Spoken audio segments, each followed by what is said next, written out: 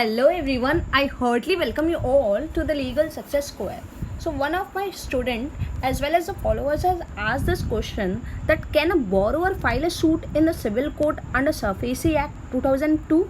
So here we will be discussing this question and I will be supporting my answer with the leading case laws even. So if it would be helpful for you all in the practical field even, and as well as if you are going to write answers in the judicial examination or so, then this content will be very helpful. So let us begin that.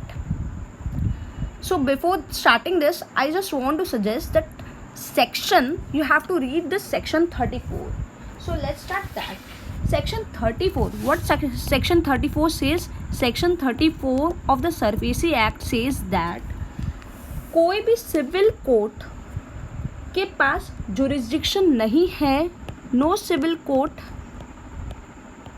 has jurisdiction to try any suit or proceedings in respect of any matters where DRT or DRAT, that is Debt Recovery Tribunal and Appellate Tribunal, are empowered to do so. और जहाँ पे action कोई भी initiate हो चुका है या suit या प्रोसीडिंग्स जहाँ पे यहाँ पे एक्शन इनिशिएट हो चुका है इस दो ट्राइब्यूनल में, तो हम लोग सिविल कोर्ट में वापस जा नहीं सकते कि भाई हम लोग को इंजंक्शन दे दीजिए कोर्ट ऐसा नहीं करेंगे। और इसके लिए आपको रेफ़र करना पड़ेगा सेक्शन 9B CPC का, जो बोलता है कि इसी चीज़ के बारे में बताता है, एक्सप्रेसली बार्ड और इम्प्लाइडली बार के बारे में, कि सिविल कोर्ट्स के पास सारे जुरिस्डिक्शन है, ट्राई कर सकते हैं suits except those which is expressly और इम्प्लाइडली बार्ड। तो ये चीज़ भी आपको ध्यान रखते हुए चलना पड़ेगा। तो चलिए आइए इस चीज़ के बारे में और थोड़ा डिस्कस करते हैं। तो यहाँ पे एक केस है जो मैं आपको बता रही हूँ, प्लीज़ आप नोट डाउन कर लीजिए। सुप्रीम कोर्ट का दिया हुआ है, Jagdish Singh versus Hiralal. Supreme court का डिसीजन है, 2014 का केस है। In Jagdish Singh case what did supreme court announced? सुप्रीम कोर्ट ने कहा कि जब वो इंटरप्रेट कर रहे थे सेक्शन 34, उन्होंने बताया सिविल कोर्ट के पास पहला पॉइंट कि कोई जुरिस्डिक्शन नहीं है कि कोई भी इंटरटेन करे सूट, जो भी मैंने अभी जस्ट बताया सेक्शन 34 का प्रोविज़न इन रिस्पेक्ट ऑफ कोई भी मैटर्स जो कि फॉल कर रहा है किसमें, section 13 subsection 4 of the SARFAESI act. Now section 13 subsection 4 में क्या बताया जाता है? हम लोग सब जानते हैं कि सेक्शन 13 सबसेक्शन 4 इनिशिएट होता है सेक्शन 13 सबसेक्शन 2 के बाद। सेक्शन 13 सबसेक्शन 2 में जहाँ की डिमांड नोटिस के बारे में बात करता है, तो ये हो जाने के बाद अगर 60 डेज़ के अंदर बोरोवर्स पेमेंट नहीं करते हैं तो सेक्शन 13 सबसेक्शन 4 में एक्शन इनिशिएट करता है बैंक। तो अगर सेक्शन 13 सबसेक्शन 4 में पोजीशन नोटिस चला जाता है बोरोवर के पास, तो यहाँ पे बैंक जो है पोजीशन नोटिस इशू करता है, सिंबॉलिक पोजीशन और फिजिकल पोजीशन। तो यहाँ पे अगर कोई भी प्रोसीडिंग स्टार्ट हो गया है सेक्शन 13 सबसेक्शन 4 में, ताकि बोरोवर का प्रॉपर्टी ले सके एदर ऑफ द वे, जो भी हम बताएं हम आपको, कोई भी पोजीशन किसी हिसाब से ले सकते हैं, take over of the business management या प्रॉपर्टी, या स्टिक करके आ गए, पेस्टिंग करके आ गए, तो जो भी फॉर्मेलिटीज़ है अगर यहाँ पे स्टार्ट हो गई है सेक्शन 13 सबसेक्शन 4 में, तो बैंक तो फिर वापस इंटीमेट नहीं करता है बोरोवर को कि हम आपका प्रॉपर्टी लेंगे।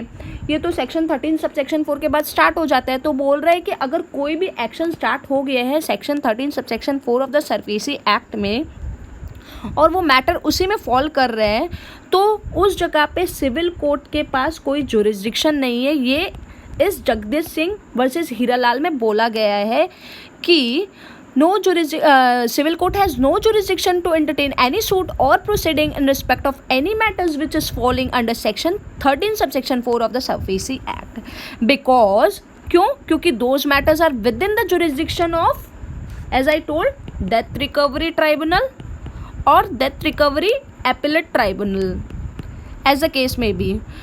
फर्दर ये भी चीज़ हम आपको स्टार्टिंग में भी बताए थे कि जो SARFAESI जो है एक्ट, वो ओवरराइड करेगा फिर section 9 of the CPC 1908, since section 35 जो है SARFAESI का वो बताता क्या है कि SARFAESI would override all other laws if such laws are inconsistent with the provision of SARFAESI. तो ये जस्ट सेक्शन 35 भी माइंड में रखिएगा क्योंकि सुप्रीम कोर्ट ने हाईलाइट किया है इस केस में।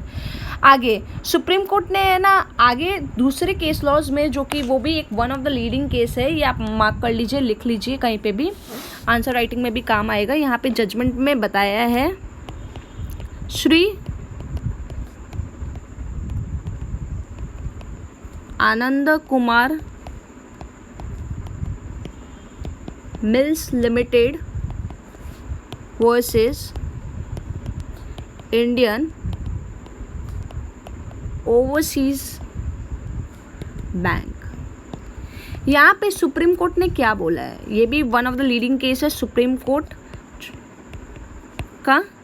यहाँ पे भी सुप्रीम कोर्ट ने बोला है कि civil suit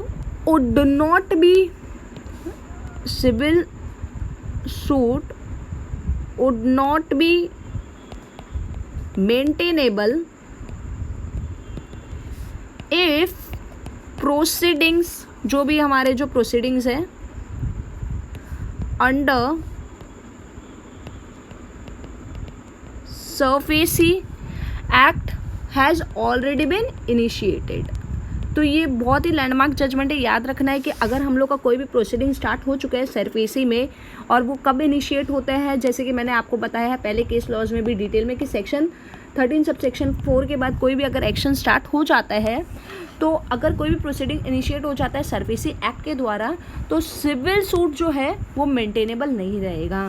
so thank you everyone, keep learning.